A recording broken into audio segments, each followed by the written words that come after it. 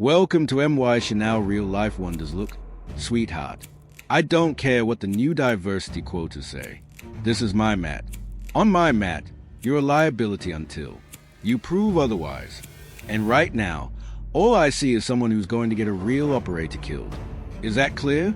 The crowd of sailors sweating in the humid air of the Naval Amphibious Base Coronado Training Gymnasium snickered.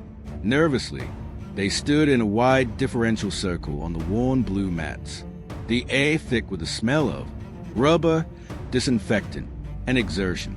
Petty Officer Morgan said nothing. She simply stood in the center of that circle, a focal point of sudden unwanted attention. Her posture relaxed but not slumped. Her gaze was fixed on the man who had just insulted her, Lieutenant Davis, a man whose crisp new training uniform seemed to reject the ambient humidity that soaked everyone else's. He was all sharp angles and loud pronouncements, a walking billboard for his own perceived authority. She, by contrast, was an exercise in quiet anonymity. Her uniform was worn, faded, by salt and sun, yet immaculately clean. She was of average height with a build that was lean and functional rather than imposing. There is nothing about her that screamed warrior, nothing that would draw a second glance in a crowded mess hall. But the Fleet Master Chief, observing from the shaded doorway of the cavernous building, saw it. He saw the way her feet were perfectly balanced, the weight distributed with an unconscious grace that spoke of thousands of hours of practice. He saw the way her eyes, calm and gray as a morning sea, didn't just look at the lieutenant, but scanned him, indexing angles, noting his posture, his breathing, the subtle shift of his weight from one foot to the other. It was the predatory stillness of a creature that doesn't need to roar to be the most dangerous thing in the jungle. The lieutenant, blinded by the shine of his own rank and the reflection of his own prejudices, saw none of this. He saw a woman in a man's world, a checkbox on a form, an obstacle to the efficient completion of his training schedule. If you believe that true strength is measured not in volume but in silence, not in boasting but in action, type competence below. Lieutenant Davis paced before her, a smug smile playing on his lips as he addressed the assembled sailors. He saw himself as a mentor, a hard but fair instructor breaking down the soft edges of a new generation. In reality, he was a gatekeeper, one who had mistaken his petty authority for genuine wisdom. You see, ladies and gentlemen, he began, his voice echoing, slightly in a vast space. The modern battlefield is no place for hesitation. It is a place of violence, of action, of immediate and overwhelming force. The principles we teach here in hand-to-hand combats are not theoretical. They are the bedrock of survival. When your rifle runs dry, when the enemy is on top of you, when there is nothing left between you and oblivion but your training. He paused for dramatic effect, letting his words hang in the thick air. The sailors watched, some rapt, some intimidated. They were young, most of them fresh from boot camp or their first technical schools, and a commissioned officer still held a certain mystique. Davis represented the institution, the power structure they were all trying to navigate. His approval felt like a currency they desperately needed to earn. He turned back to Morgan, his smile tightening into a condescending smile, which is why we cannot afford to carry dead weight. We cannot afford to lower our standards. Petty Officer Morgan here, through no fault of her own, represents a statistical disadvantage. He gestured to her. Generically, smaller frame, lower muscle mass. It's simple biology. People, it's not an insult. It's a fact. And fact can get you killed if you ignore them. A few more sailors chuckled a low, uncomfortable sound. They were following his lead, aligning themselves with the perceived power in the room. Morgan's expression remained unchanged. Her face was a placid mask of professional neutrality. She didn't blink. She didn't flinch. Her breathing remained slow and even a silent metronome counting down to a moment only she could foresee. The lieutenant took her silence as weakness, as confirmation of his assessment. So, we're going to use a petty officer to demonstrate a common grapple escape. This is a situation where a much larger, much stronger opponent has you pinned. Your technique has to be perfect. Your execution has to be flawless. There is no room for error. He moved toward her, his movements telegraphed and overly dramatic. He grabbed her arm in a grip that was far too tight for a simple demonstration, a petty assertion of physical dominance. And in that moment, the isolation of the quiet professional was complete. She was surrounded by peers who saw her as a punchline and held by a superior who saw her as a prop. But her focus never wavered. It remained on the task, on the geometry of the problem presented to her, a problem she had solved 1,000 times before in places far darker and more dangerous than a brightly lit gymnasium. Her silence wasn't emptiness. It was a reservoir of immense discipline, potential. The lieutenant began his lecture, his voice a droning monotone of technical jargon that he clearly enjoyed reciting. The attacker establishes a dominant frame here, he said, wrenching Morgan's arm to an awkward angle to emphasize his point. He uses his weight, advantage to pin your arm, neutralizing your ability to strike or draw a secondary weapon. From here, he can control the engagement. He can strike, he can choke, he can create an opening to finish the fight. For the defender, he glanced at Morgan with a look of theatrical pity. The options are limited. The window for successful counter is fractions of a second. It requires explosive power, perfect timing, and a level of aggression that frankly must be drilled into you. He was talking to the crowd, but his actions were directed at her. Each movement was a small act of humiliation, a physical manifestation of his verbal disdain. He wanted them to see her struggle. He wanted them to see her fail, to prove his point that she didn't belong. He wanted to be right, and he was willing to use her as the evidence for his own flawed argument. Now, the standard academy counter involves creating space. He continued, pushing his weight. Against her, you are taught to shrimp your hips, to create a wedge with your knee, to try and break the posture of the attacker. He looked around at the nodding sailors. This is fine in theory, but theory and reality are two different things. He leaned in closer to Morgan, his voice dropping to a conspiratorial whisper that was still loud enough for the front row to hear. And the reality is someone your size will never generate the force to move. Someone my size. It's physics. He shoved her slightly, expecting her to stumble, to lose her footing. She did not. Her body absorbed the force. Her feet rooted to the mat as if she were carved from the same dense rubber. It was like shoving against a deeply set pylon. Hey! Flicker of annoyance crossed the lieutenant's face.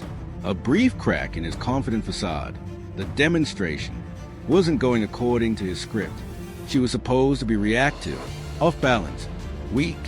Instead, she was a statue of calm, her body a perfect model of structural integrity. He decided to escalate. Let's try a more dynamic scenario. The attacker isn't just holding you. His striking, his voice, regained its authoritative boom. His trying to disorient you, to break your will, to demonstrate. He swung his free hand in a slow, telegraphed arc toward her head, stopping just short of her face. You must control the striking limb, protect your head, and then only then can you attempt the escape. He repeated the motion a little faster this time, a little closer. Morgan's eyes tracked the movement, her head moving just enough to be out of the path of a simulated blow.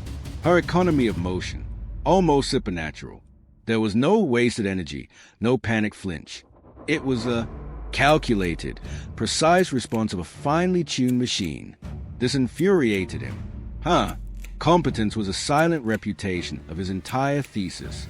Her calm was an insult to his authority. He needed to break it. He needed to force a reaction that would validate his prejudice. You're not taking this seriously. Petty Officer Lieutenant Davis snarled, his frustration finally boiling over, the pretense of a controlled academic. Demonstration was gone, replaced by raw ego. On the battlefield, there are no slow motion attacks. There are no pulled punches. There's only this. In a shocking breach of training protocol, his hand didn't stop. It wasn't a full force blow, but it was far more than a tap. His open palm connected with the side of her jaw with a sharp crack that echoed through the silent gymnasium. It was a strike meant to stun, to humiliate, to force a yelp of pain or a show of fear. He struck her. The crowd gasped as one. A line had been crossed. This was no longer training. It was an assault. The nervous laughter died, replaced by a tense, horrified silence. Every sailor in the room knew what they had just seen was wrong. A gross abuse of power. They looked at each other, their eyes wide, then back at the two figures in the center of the mat. Lieutenant Davis held his position, his hands still in the air, a triumphant sneer on his face. He had gotten the reaction he wanted, not from her, but from the audience. He had proven his point about the harsh realities of combat, but he had made a catastrophic miscalculation. He had assumed her stillness was passivity. He had assumed her silence was fear. He had assumed her gender was a synonym for weakness. He was wrong on all counts. For a single, eternal second, nothing happened. The sound of the slap hung in the air, a dissonant chord in the quiet room. Morgan's head had barely moved from the impact, and then it began. It was not a movement of anger or retaliation. It was a movement of pure, cold professional duty. It was a response of an apex predator that has been prodded one too many times. Her body, which had been a study in placid stillness, became a blur of devastating efficiency. The hand that Davis was still gripping with such confidence suddenly had no wrist to hold, in a motion too fast to follow. She had rotated her palm, broken his grip, and established her own, securing his wrist with a thumb and forefinger on a precise pressure point. Simultaneously, her other hand, the one that had been hanging loosely at her side, came up not in a fist, but with fingers extended and rigid, striking the brachial plexus origin on the side of his neck. It wasn't a punch. It was a neurological shutdown command. The lieutenant's dominant arm went instantly numb, hanging uselessly at his side. A look of pure, uncomprehending shock washed over his face. Before he could even process the first two movements, she flowed into the third, stepping not away, but into him. She used her hip as a fulcrum, redirecting his forward momentum. He was a big man, easily 60 pounds, heavier than her. But physics, the very thing he had tried to lecture her on, was now her weapon. His center of gravity was compromised. His balance was gone. He was falling but not collapsing. She controlled his descent with terrifying precision, spinning under his now useless arm, ending up behind him. One arm snaked across his chest, her other hand cupping the back of his head. He landed on the mat, not with a crash, but with a controlled thud flat on his back. She was kneeling on his chest, a knee pinning his remaining good arm, her forearm pressed firmly against his windpipe. It was not a choke designed to render him unconscious. It was a pin, a position of absolute and total control. He could not move. He could not speak. He could barely breathe. The entire sequence from the moment he struck her to the moment he was neutralized on the mat had taken less than 2 seconds. A deafening silence descended upon the gymnasium. It was a silence filled with awe, with fear, with a sudden violent shattering of 1,000 assumptions. The sailors stayed, their mouths agape, their minds struggling to reconcile the unassuming woman from moments before with the impossibly lethal force that had just been unleashed. Lieutenant Davis lay on a mat, his eyes wide with terror and disbelief, staring up at the calm, impassive face of the woman he had just assaulted. Her expression had not changed. There was no anger, no triumph, no emotion at all. There was only the quiet, focused competence of a professional who had just finished a job. From the shadows of the large bay door, a figure emerged, walking with a slow, deliberate cadence that commanded attention without demanding it. Fleet, Master Chief Thorne stepped into the light, his own uniform a testament to a lifetime of service. It was perfectly starched, but the ribbons above his pocket told a story of decades spent in the harshest corners of the world. His face was a road map of experience, his eyes holding a wisdom that could not be learned from books. He surveyed the scene with a practiced, all-encompassing gaze, the stunned sailors, the lieutenant gasping on the mat, and the still silent figure of Petty Officer Morgan, who remained in her position of control, her focus unbroken. Thorne's voice, when it came, was not loud, but it cut through the thick silence like a razor. "Petty officer, on your feet." It was a quiet command, but it held the weight of the entire fleet. Morgan disengaged from the lieutenant with the same fluid efficiency she had used to take him down. In one smooth motion, she was standing, her hands loosely at her sides, her posture once again relaxed. But ready, she had not even been breathing heavily.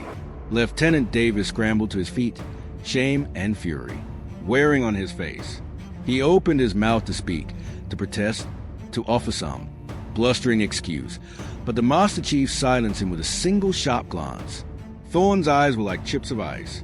"Not one word, Lieutenant." The words were spoken with a finality that left no room for argument. Davis's mouth snapped shut. Thorne walked a slow circle around the two of them, his eyes missing nothing. He looked at the red mark, beginning to form on Morgan's jaw. He looked at the terror that still lingered in the lieutenant's eyes. He looked at the faces of the young sailors who were just now beginning to process the lesson they had just received. He stopped directly in front of Morgan. He did not address the strike. He did not ask what had happened. He already knew. Instead, he looked at her stance, at the way she held herself. He looked at the technique she had just executed. A brutal but elegant cascade of movements that was not part of any standard Navy combatant's curriculum. It was something else. Entirely something refined and lethally pure. "What's your name?" "Petty officer," he asked, his voice calm and inquisitive. "Morgan, Master Chief," she replied. Her voice was steady, devoid of emotion. It was the first time most of the sailors had heard her speak more than a single word. Thorne nodded slowly. "Morgan," he repeated as if tasting the name. He turned to his aide, a young petty officer who had followed him out of the shadows, clutching a ruggedized military tablet. "Give me Petty Officer Morgan's service record. Full jacket. Tier 1 clearance." The aide's eyes widened slightly. Tier 1 was the highest level reserved for the most sensitive and classified personnel files in the entire armed forces. He quickly began tapping on the tablet screen. The room waited, the tension almost unbearable. The sailors held their breath. This was no longer about a training exercise gone wrong. This was something more. They were on the precipice of a revelation, a moment where the curtain would be pulled back on a world they knew existed, but had never seen. Lieutenant Davis stood, rigidly, a cold dread seeping into his bones. He was beginning to understand that he had not just insulted a subordinate. He had stumbled into a world of shadows and secrets and had committed a grave error against one of its silent inhabitants. The quiet competence he had dismissed was about to be given a name, a history, and a legacy that would crush his own arrogance into dust. The aide's tablet beeped softly, indicating the file had been accessed. After a series of biometric and password verifications, he handed the device to the Master Chief. Thorne took it, his eyes scanning the screen. For a long moment, the only sound in the gymnasium was the distant hum of ventilation fans. The sailors watched his face, trying to read his expression. It was unreadable at first, a mask of professional scrutiny. Then, slowly, a look of profound, almost reverent respect began to dawn in his eyes. He looked up on a tablet, not at Morgan, but at the assembled crowd. He was no longer just an observer. He was a teacher in class, was now in session. For the benefit of those of you who have clearly forgotten the most fundamental tenet of our service, he began, his voice resonating with quiet authority. "Let me provide a lesson. The first tenet is respect.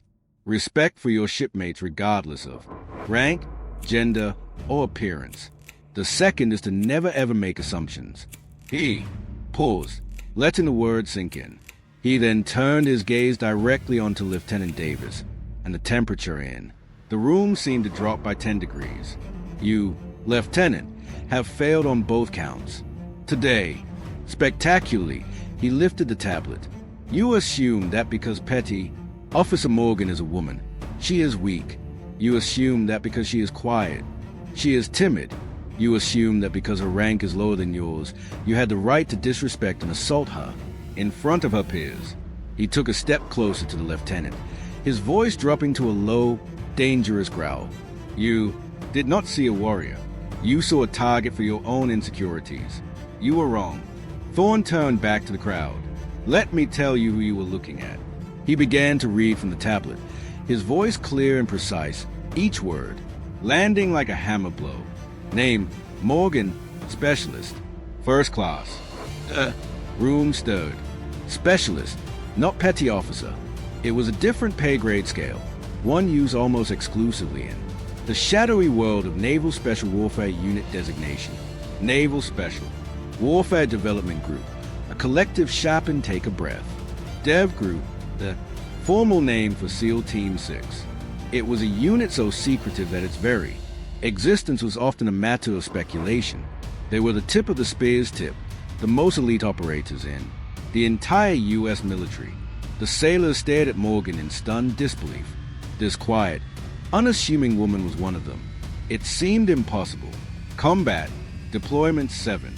Thorne continued, his voice relentless. Theaters of operation. Classified. Mission set classified. Special skills qualifications. Advanced. Close quarters combat instructor. Master breacher. Covert methods of entry specialist. Tier 1 operator. He lowered the tablet and looked directly at Morgan. He saw the faint silvery scar just above her eyebrow, a detail he hadn't noticed before. He saw the coiled readiness in her frame. He saw the ghost of 100 battles in her calm, gray eyes. He saw a professional. Then, in a gesture that sent a shockwave through the room, Fleet Master Chief Thorne, a living legend with 30 years of service, a man who advised admirals, snapped to the most rigid and formal position of attention. He raised his hand in a sharp, perfect salute. Specialist Morgan, he said, his voice ringing with a respect so profound it was almost tangible. My apologies for the unprofessional conduct of my officer. It will be dealt with. Thank you for your demonstration. The world had just been turned upside down. The institutional hierarchy, the very foundation of their world, had been inverted. A Master Chief was saluting a specialist, and in that moment, everyone understood.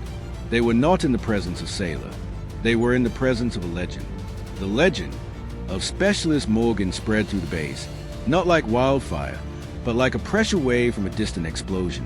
Silent, invisible, but powerful enough to shatter glass.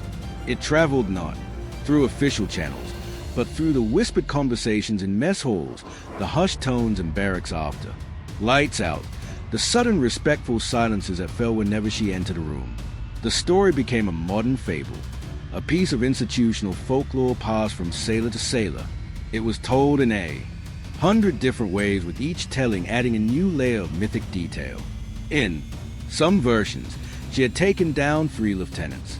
In others, she had done it blindfolded. The core of the story, however, remained unchanged. Quiet. Competence had faced loud arrogance, and arrogance had been left gasping on the mat. The sailors who had been there that day became minor celebrities in their own right, the keepers of the true story. They were sought out, asked to recount every detail. They described the sound of the slab, the impossible speed of her movements, the deafening silence that followed. But most of all, they described the look on Fleet Master Chief Thorne's face as he read her file, the dawning realization, the profound respect, and they spoke of his salute, a gesture that had corrected the moral compass of the entire base. Lieutenant Davis vanished. One day he was running the training schedule. The next his office was empty. The official word was that he had been reassigned to a star position at the Pentagon, a promotion on paper that was in reality a form of exile. He was sent to a world of paper and politics far from the operational world he so desperately wanted to be a part of.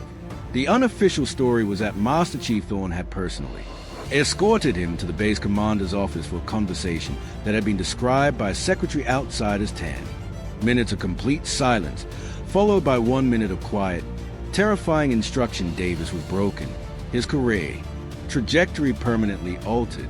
He had not been court-martialed, but he had been handed a far worse sentence in the unforgiving culture of the military.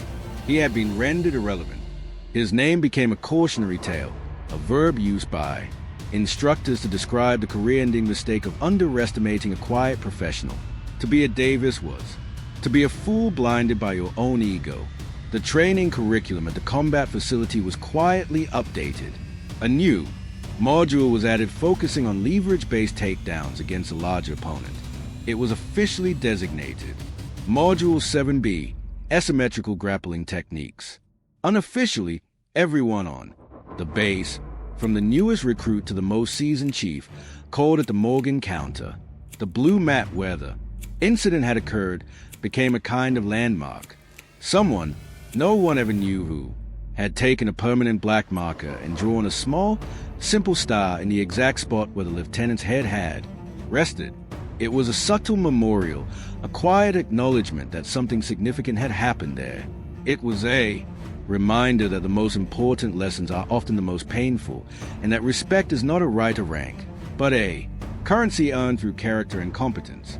Specialist Morgan, for her part, seemed completely unaffected by the storm of whispers and rumors that now surrounded her. She was a calm eye of a hurricane of her own making. She continued her duties with the same quiet, methodical precision as before. She showed up to physical training on time. She cleaned her weapon with meticulous care. She spoke only when necessary, her words always direct and to the point. The awe and deference of the other sailors seemed to abuse her more than anything else. They would part ways for her in the hallways, their eyes downcast with respect. They would fall silent when she sat at a table in the chow hall. They tried to give her space, to treat her like the living legend they now believed her to be. But Morgan didn't want reverence. She wanted normally. She was a professional in a world of professionals, and the sudden attention was an unwelcome distraction from the mission. One afternoon, a young sailor, a seaman barely out of his teens who had witnessed the incident, approached her in the weight room. He was nervous, stammering, his hands fidgeting. Specialist Morgan, he began. I was there in the gym. I just wanted to say that was the most incredible thing I've ever seen. Morgan was in the middle of a set of pull-ups, her movement smooth and controlled. She finished her set, dropped lightly to the floor, and turned to face him. Her gray eyes held no judgment, only a calm, neutral focus. It was a textbook application of leverage and misdirection. She said, her voice even. The technique is the point, not the person performing it. The sailor was taken aback. He had expected a story, a boast, or at least a knowing smile. Instead, he got a technical debrief. But the way you did it, he pressed on Lieutenant Davis. He never stood a chance. Morgan picked up a towel and wiped the sweat from her brow. Assumptions are liability, she said simply. He made an assumption about me, based on my appearance. That was his mistake. The technique just capitalized on it. Don't make the same mistake. Don't assume I'm special. Assume the training works. Focus on that. She then turned and walked away, leaving the young sailor standing in stunned silence. The lesson was clear.